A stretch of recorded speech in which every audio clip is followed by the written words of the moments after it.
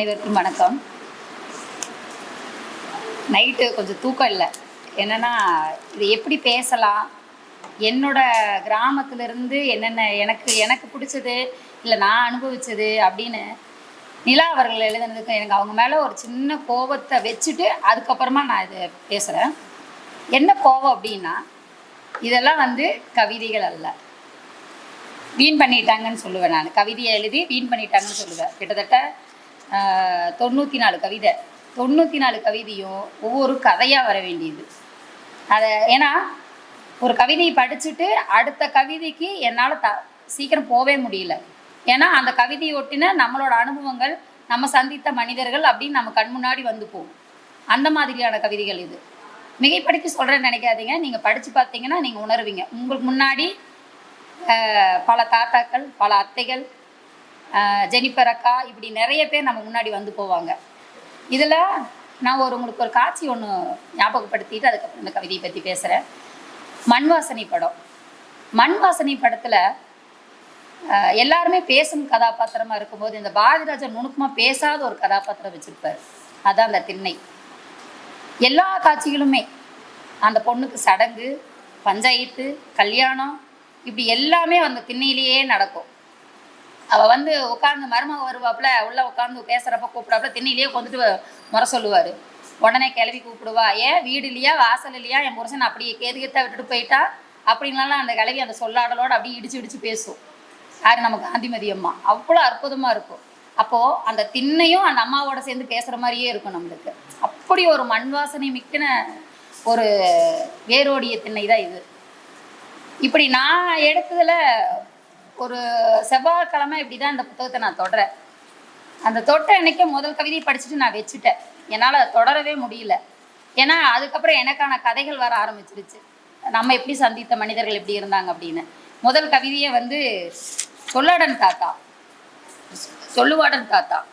இந்த கவிதை படித்த உடனேயும் நான் நிறுத்தி வச்சுட்டு தொடராமல் அப்படியே விட்டுட்டேன். ஏன்னா இந்த கவிதைக்கு பின்னாடி எங்கள் ஊரில் பெரிய முத்தான்னு சொல்லிட்டு ஒருத்தர் இருப்பார். அவங்களோட மனைவி பொன்னாயின்னு சொல்லுவாங்க. இவங்க எப்படின்னா, ஊரில் இருக்கிற எல்லாத்து துணியும் வெளுத்து கொடுக்குறவங்க. 5 பேர் பொம்பளை பிள்ளைங்க. அந்த 5 பொம்பளை பிள்ளைங்களுக்கும் காலையில் இருந்து என்ன வேலைன்னா, இவங்க வெளுத்து கொடுக்குற துணியெல்லாம் வீடு வீடாக கொண்டு போய் கொடுக்கணும். எங்கேருந்து கொடுக்கணும்னா வாசப்படியில் நின்று தான் கொடுக்கணும். அதுதான் இந்த கவிதையில் வச்சுருக்காங்க. அவ்வளவு அழுத்தமான வரிகளோட. நான் அந்த 2 லைன் மட்டும் வரி மட்டும் படிச்சிடுறேன்.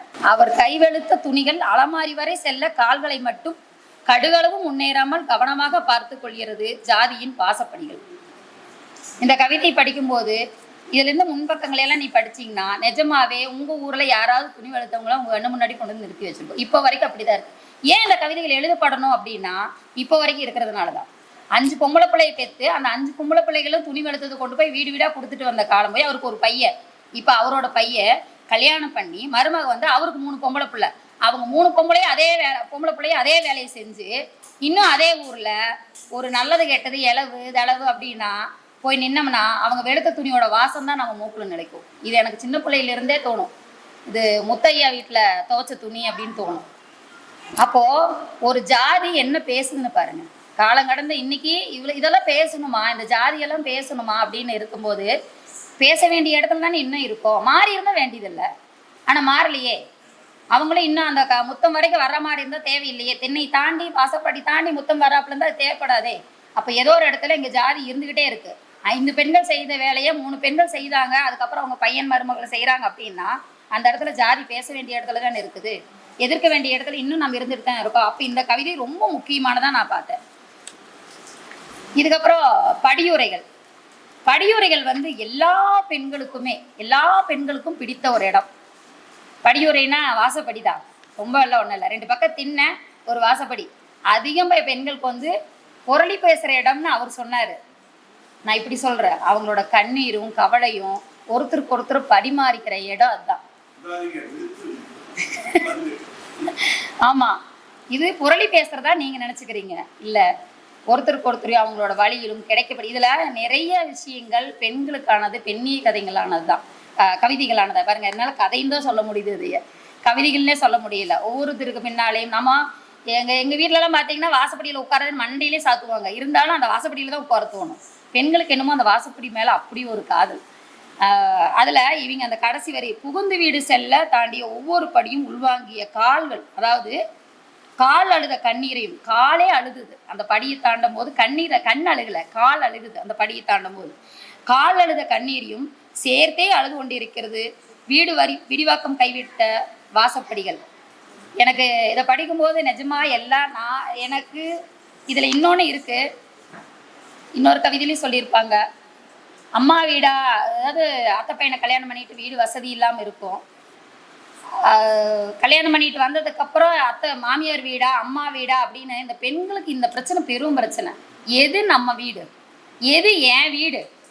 சமீபத்தில் எஸ்ராவோட அவளது வீடுன்னு சொல்லிட்டு ஒரு நாவல் படித்தேன். அதில் அவளுக்கான ஒரு வீட்டை கட்டிக்கிறதுக்காக அவள் ரொம்ப போராடுவாள். அந்த வீட்டில் ஒரு ஊஞ்சல், அதுக்காகவே 5000 ரூபா வாடகை கொடுத்து ஒரு வீட்டை வாடகைக்கு எடுப்பாள். அங்கே ஒரு பெரிய ஊஞ்சல் வச்சு ஊதுபத்தி பற்ற வச்சு அவளுக்கு பிடிச்ச பழங்களெல்லாம் கொண்டு போய் சாப்பிட்டு அந்த வீட்லேயே தினமும் ஆஃபீஸ் முடிஞ்சு போய் அங்கே ஊஞ்சல் ஆடிட்டு வருவாள். இப்படியானா பெண்களுக்கு தனக்கான ஒரு வீடு, தனக்கான ஒரு வீட்டில் ஒரு இடம் அப்படிங்கிறத எவ்வளவு முனைப்பாக சொல்ல வேண்டியதாக இருக்குது. இந்த வீட்டில் எல்லா இடமும் என் வீடு அப்படின்னு நம்ம சொல்லிக்கிறோம் இல்லைங்களா? இன்றைக்கி நான் நிறைய கதைகள் படிச்சு இந்த வாரத்தில் படித்த கதைகளெல்லாம் எனக்கு இந்த வார்த்தைகள் பட்டுச்சு. எனக்கான வீடு. இது ஒரு பெண்ணு ஒரு நாய்க்குட்டி அடிபட்டது, கபருங்கிற ஒரு நாவலில் படித்தது. நாய்க்குட்டி அடிபட்டுருச்சு, வீட்டுக்கு தூக்கிட்டு வர்றா. புருஷ இது என் வீடு, இங்கே கொண்டு வராதுன்னு சொல்கிறா. உடனே வெளியே எனக்கு நாய்க்குட்டி, புருஷை விட நாய்க்குட்டி முக்கியன்னு வெளியில் வந்துடுறா. ஏன்னா அவளுக்கு வந்து புருஷ நாய்க்குட்டியா அப்படிங்கிறது பிரச்சனை இல்லை, இது என் வீடா இல்லையாங்கிறது தான் பிரச்சனை.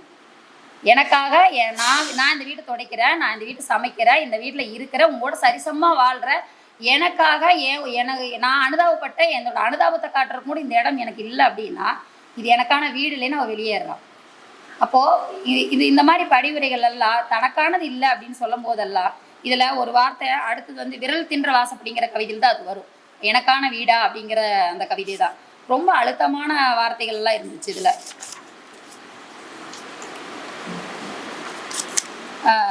அப்புறம் மினுங்கிய பெருங்காதல், இது வந்து இதை படித்த கவிதை எனக்கு ஒரு சம்பவம் நடந்தது. கடைக்கு வந்த ஒருத்தர் வந்து ஒரு 60 வயசுக்கு மேலே இருக்கும். அவருக்கு வந்து அவருக்கு பார்சல் கட்டிட்டு மனைவிக்கு வந்து என்னோட ஆட்டுக்குட்டிக்கு ஃபஸ்ட்டு சாப்பாடு கொடுங்கன்னு சொன்னார். எனக்கு அந்த வார்த்தை ரொம்ப பிடிச்சிருந்து. இதுதான் இந்த மினுங்கிய பெருங்காதலா அப்படின்னு பெருங்காதலா அந்த வார்த்தை இருந்தது. ஏன்னா என்ன ஒரு 60 வயசுல தன் மனைவியை வந்து என் ஆட்டுக்குட்டி அப்படின்னு சொல்றது வந்து எனக்கு ரொம்ப பிடிச்சிருந்தது. இது இந்த கவிதை வந்து எனக்கு அது கூட ஒப்பிட்டு பார்க்கணும்னு தோணுச்சு. ஏன்னா மினுங்கிய பெருங்காதலை வந்து இந்த ஜிமிக்கி கிளவி சடலத்தை வந்து 3 சுற்றி இறங்கி வைத்து எரிக்கும் முன் பொண்ணு பொருளை எடுத்துக்கோங்க என்கிற சத்தத்திற்கு மகன்களின் பொன்னாசை புதைத்து அவ ஆசைப்பட்டது அவ கூடயே போகட்டும் என்று கிழவனின் குரலில் மினுங்கியது பெருங்காதல். அவள் ஆசைப்பட்டு போட்டா ஜிமிக்கி, அது அவளோடையே போகட்டும் அப்படின்னு சொல்கிறப்போ அது பெருங்காதல் எவ்வளோ அழகானதாக இருந்தது. அப்படிதான் அந்த ஆட்டுக்குட்டின்னு சொல்லும் போது அவரோட காதல் எனக்கு அப்படிதான் தெரிஞ்சது. அவர் தங்கத்தை சொல்லினாலும் அவரோட மனைவி ஆட்டுக்குட்டியை சொன்னது எனக்கு இப்பவும் ரொம்ப சிலிர்ப்பாகவும் சந்தோஷமாகவும் இருந்தது. அப்புறம் எனக்கு ஏன் இதெல்லாம் கதையை எழுதுனே அவங்க மேலே எனக்கு கோவம் வருது அப்படின்னா, ஒச்சக்காதும் ஒத்தத்தோடும் இந்த கவிதை வந்து ஒரு பெண்கள் வந்து இது நம்ம இப்படி மாற்றி நீங்கள் அது காது அறுந்துருச்சு. என்னென்னா ஊரில் யாரும் ஒன்றும் பெரியம்மாவோட ஒத்த காதோடையே அந்த கம்மல் போட்டுட்டு திரிகிற கவிதை அது. நான் அந்த கவிதையை முழுசாக சொல்லினாலும் சில இடங்களை மட்டும் குறிப்பிட சொல்ல, எல்லாமே பெரிய கவிதைகள். அதனால் குடிவேறி குதறி போட்ட சண்டையில் அத்துப்போன காதோட அத்துக்கிட்டு வந்துருச்சு 4 நாள் அழுது தீத்து சீந்தி போட்டு எப்பயும் போல கிளம்பிருச்சு ஊர் வேலைக்கு ஒச்ச காதோடையும் ஒத்த கம்மலோடையும். காதை அறுந்துருச்சு, அதை தைச்சிட்டு இன்னொரு கம்மலை போட்டுட்டு புருஷனை வேணான்னு வந்து வாழ்ந்தால் அது சாதாரணம். ஆனால் அது ஒரே காதோட தெரியுறது என்ன மாதிரியான வைராக்கியம்? நம்ம அதை சாதாரணமாக கடந்து போக முடியுமா? அதைய ஒரு பெண்ணுக்கான வைராக்கியம் எங்கே இருக்குது பாருங்களேன். அந்த ஒரு காதோட இப்போ எத்தனை பேர் கேள்வி கேட்பாங்க. அதையெல்லாம் அந்த அம்மா சிரிச்சுட்டே பிறகு இது ஒரு கதையை எழுதிருந்து எவ்வளோ நல்லா இருந்திருக்கும். அந்த அம்மாவோட அழுத்தம் என்ன, சின்ன வயசுலேருந்து அவங்க ஆசைப்பட்டது என்ன, ஏன் கிடைக்காம இருந்திருக்கோ, இப்படி எனக்கான பல கேள்விகள். இதை படிச்சுட்டு நான் அப்படியே அமைதியாயிட்டேன். எப்படி ஒரு வைராக்கியம் இது அப்படின்னு. அந்த மாதிரி ஒரு கிராமத்து பெண்ணுக்குள்ள இருக்கிற ஒரு பெரிய வைராக்கியத்தை எவ்வளோ அழகாக சுட்டி காட்டுறாங்கன்னு தோணுச்சு. அப்புறம் மிஸ்ஸியம்மா கம்மல், இது வந்து எல்லா பெண்களுக்கும் பொருந்துகிற ஒரு விஷயம். ஏன்னா பழைய படமான உதிரி பூக்கள்ல இருந்து இன்னைக்கு இப்போ ரிலீஸ் ஆன சின்ன சின்ன ஆசை கதாநாயகி வரைக்குமே பெண்களுக்கான ஆசைகள் வந்து ஒரே ஒரு இடத்துல சின்ன சின்ன பொருள் மேலே இருந்துகிட்டு இருக்கும். ஆனால் அதில் நிறைவேறதாவே இருக்கும். ஒன்றும் அது காது கொடுத்து கேட்க மாட்டாங்க, இல்லைன்னா அவங்க அதை நிறைவேற்றிக்கவே மாட்டாங்க. அந்த மாதிரி கவிதைகளும் இதில் இருக்குது. ஏன்னா ஒரு செருப்பு கடைக்கு போகும்போது தன்னோட பொருளாதாரத்தை பார்த்துட்டு அந்த செருப்பெல்லாம் வண்ண வண்ணமாக இருக்கிறத பார்த்து அவளோட கனவுகள் அங்கே அப்படியே போயிடும் அப்படிங்கிறத இதில் எழுதியிருப்பாங்க. அப்படி இந்த மிஸ்ஸியம்மா காதல், நான் இந்த கவிதை முடிச்சு அப்புறம் அதுக்கு சொல்கிறேன்.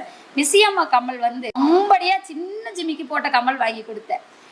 எங்கள் அம்மாவோட சின்ன சின்ன ஆசைகள் என்னால் முடிஞ்ச வரைக்கும் நான் நிறைவேற்றினேன்னு தான் நான் சொல்லுவேன். இதெல்லாம் இந்த மாதிரி வாசிப்பு அனுபவங்கள், இந்த மாதிரி கவிதைகள்லாம் படிக்கும்போது நான் எங்கே இருக்கேன்னு நான் என்னை கேள்வி கேட்டது உண்டு. அப்படி எங்கள் அம்மாவுக்கு நான் சுடிதார் கூட போட்டு அழகு பார்த்துருக்கேன். தேங்க்யூ. அப்படி செருப்பு கடைக்கு செல்லும் போதெல்லாம் அவள் கண்பட்டும் காலார அத்தனை வண்ண காலணிகளும் பொருந்தி தள்ளும் பொருளாதாரத்தை. செருப்பு பார்த்துட்டு 350 ரூபாயா 500 ரூபாயா இல்லை 800 ரூபாயா அப்படின்னு பார்த்துட்டு நம்மளுக்கு 200 ரூபா செருப்பே போதுன்னு மகளுக்கு 2 கட்டப்பை நிறைய ஜாமானம் வாங்கிட்டு போகிற அம்மாக்கள் இன்னும் இந்த பூமியில் இருந்துட்டாங்க இருக்காங்க. அப்புறம் காவக்கம்பு, இந்த காவக்கம்பு கவிதை எனக்கு ரொம்ப பிடிச்சிருந்தது. ஏன்னா ஊருக்கு போய் எல்லார் வீட்லேயும் ஒரு கிளவி இருந்துக்கிட்டே இருப்பாங்க. தினமும் பகலில் தூங்கி ராவில் மாந்த காவல் போவார் ஐயனார் அப்படின்னு சொல்லி அந்த தாத்தாவுக்கு கொடுக்குற கவிதை நான் மாற்றி சொல்லிட்டேன். அப்புறம் இது வந்து காவலுக்கு போன பெரம்படி கவிதை தான் நான் சொல்ல வந்தேன். பெரம்படி வந்து எப்படின்னா இதில் எனக்கு ஒரு குறைபாடு உண்டு. என்னென்னா இந்த பெண் பாலியல் பிரச்சனை இப்போ சமூகமாக நிறைய நடந்துட்டு இருக்குது. நிறைய பக்கத்தில் நான் இந்த பிரச்சனையை பார்த்துக்கிட்டே இருக்கிறோம். அப்போது இந்த பெரம்படி பத்தலை, எனக்கு வரிகள் பத்தலை, அதனோட கணம் பத்தலை. ஏன்னா ஆனால் போதும்னு அவங்களுக்கு தோணிக்கலாம். அந்த கிராமத்தில் இப்படி தானே இருப்பாங்க. அவங்க வந்து அடிப்பாங்க, முடிஞ்ச வரைக்கும் தடவை சொல்லுவாங்க, கேட்கலைன்னா அப்புறம் முடிச்சு விட்ருவாங்கிற மாதிரி தான் இருக்கும். அதனால் இவங்க முதல் பக்கத்தை முதல் தரத்தை மட்டும் எடுத்துட்டாங்கன்னு நினைக்கிறேன். இது நான் கடைசி வரி மட்டும் சொல்கிறேன். எங்கேயும் சஸ்பெண்ட் ஆகி 2 மாதம் ரிட்டையர்ட் ஆக போகிறவன் 6ஆம் வகுப்பு பிள்ளைய சீண்டா ஆங்காரத்தோடு வந்த ஆத்தாக்காரி பெரம்பெடுத்து விரட்டி விரட்டி வெளுத்து கேடு கட்ட வாத்தியான். அந்த வாத்தியாட்ட வந்து அவன் ரிட்டையர் ஆக போகிறான். ஆனால் ஒரு பொம்பளை பிள்ளை மேலே கை வச்சதுக்காக அதே தட்டி புட்டிங்க வெளுன்னு வெளுத்துடுறான். இது ஒரு கிராமத்து ஸ்டைலில் சூப்பராக இருந்தது. அப்புறம் இதுதான் நான் சொல்ல வந்தது, கிளவி கம்பு கூணு போட்ட பச்சையம்மா பாட்டிக்கு அப்படின்னா இது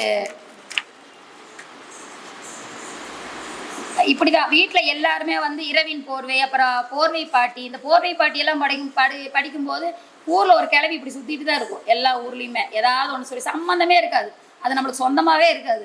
வந்தா ஏண்டி வாசல் இப்படி போட்டு வச்சிருக்கிறியே, சாமி வருமா, லட்சுமி வருமா, மூதேவி தாண்டி வந்தது அங்கே, இது பேசாத ஆளே இருக்காது.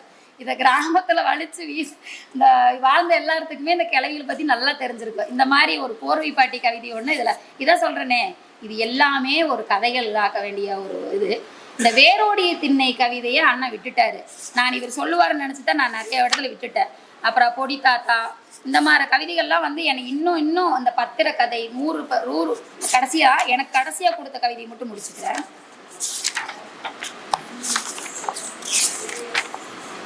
போர்வை பாட்டி இதுதான்.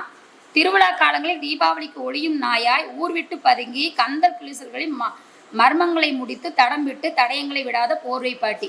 அதாவது எல்லா நாளும் எல்லா விசேஷத்துக்கும் எல்லா ஊர்களையும் சுற்றிட்டு இருக்கிற ஒரு விசேஷத்தினால நல்ல நாள் அதுவுமா 4 பேர்த்துக்கு முன்னால் நாம் ஏன் உட்காரணும், ஏதோ ஒரு திண்ணையிலையோ மரத்தடியோ போய் வந்திருக்கிற ஒரு கதாபாத்திரம் இது. எனக்கு இதை படிச்சுட்டு எங்கள் ஊர்லேயும் இந்த மாதிரி பாட்டிகள்லாம் நிறைய பேர் இருந்தாங்க. ஊருக்கு ஒதுக்குப்புறமா ஒரு 2 ஆலமரம் இருந்துன்னா அந்த ஆலமரத்துக்கு பக்கத்தில் ஒத்த வீடு இருக்கும். அந்த ஒத்த வீட்டில் ஒரு கிளவி யார் வந்தாலும் போனாலும் நாங்களாம் அதை அப்போல்லாம் சிசிடிவி கேமரா இல்லை, யார் வந்தாலும் அந்த கிளவி கண்காணிச்சுக்கிட்டு இருக்கிறதே வேலையாக வச்சுருக்குதோ அப்படின்னு நாங்கள் திட்டியிருக்கிறோம். அந்த மாதிரி ஒரு பாட்டியோட அது திருவிழா அப்போ வந்து யார் முகத்திலையும் விழிக்காமல் கந்தல் துணியும் ஒரு பக்கம் கிடக்குது அப்படின்னு சொல்லும்போது அந்த கிழவிக்கும் கூட ஒரு புடவை எடுத்து கொடுத்து பார்த்து அழகு பார்த்துருக்கலாமோங்கிற மனசில் ஒரு ஏக்கத்தை கொடுத்தது. அதனால தான் இந்த கவிதையெல்லாம் ஒரு கதையாக வந்திருந்தா நம்ம மனசுக்குள்ளே இது கொஞ்சம் சுருக்குன்னு தைச்சிருக்குமோ அப்படின்னு தோணுச்சு. அப்புறம் மறுவீட்டு சமக்கலம் அண்ணன் பேசினார், அது அப்படித்தான். அப்புறம் 100 ரூபாய் பத்திரத்தோடு நான் இந்த இதை முடிக்கிறேன். 100 ரூபாய் பத்திரம் வந்து இப்போ இருக்கிறது தான். நம்ம காலேஜ் ஃபீஸு அது இது நல்லா நினச்சி இது அவங்க எப்படி மனநிலை எழுதுனாங்கன்னு தெரியல. எனக்கு கொஞ்சம் பர்சனலாக கொஞ்சம் குத்துச்சு. இருக்கிற வீட்டை விற்று கடனை உடனே வாங்கி கடைசியில் அந்த வெள்ளாமை நிலத்தை விற்று படிக்க வைக்கிறதுங்கிறது இருக்குது இல்லைங்க, அதெல்லாம் கொஞ்சம் வலிக்கிற விஷயம் தானே. கடைசியில் அதே ஊரில் அவங்க வாடகைக்கு போகிறாங்கிறது, வாடகைக்காக போய் குடியிருக்கிறாங்கிறது, படிச்சுட்டாரு, பெரிய ஆளாக ஆகிட்டாங்க, பெரிய ஐடி கம்பெனியில் வேலை பார்க்குறாங்க. ஆனால் ஒரு இடத்துல போய் வாடகைக்கு இருக்கிறாங்க அப்படிங்கிறது, சொந்த வீட்டில் இருக்கிறதே ஒரு சுகம் தானே. ஆனால் இருக்கிற நிலத்தையும் விதவிதமாக விளைஞ்ச ஒரு நம்மளுக்கு பசியாத்தின ஒரு மண்ணை விட்டுட்டு அதை விற்றுட்டு ஒரு கல்வியை வாங்கிட்டு இன்னைக்கு நிறைய நிறைய இடத்துல விழிப்புணர்வு இல்லாமல் இருக்கிறது கூட நான் இந்த இடத்துல பதிவு பண்ணணும்னு நினைக்கிறேன். அரசாங்கத்தில் நிறையா நம்மளுக்கான சலுகைகள் இருக்கும், ஆனால் நம்ம அதை பயன்படுத்திக்கிறதே இல்லை.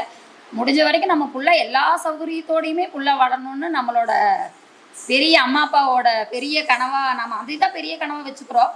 ஆனால் அதுக்கு காலம் கடந்து அவங்க எப்படி வாழ்கிறாங்கிறத நம்ம யோசிக்கிறதே இல்லை.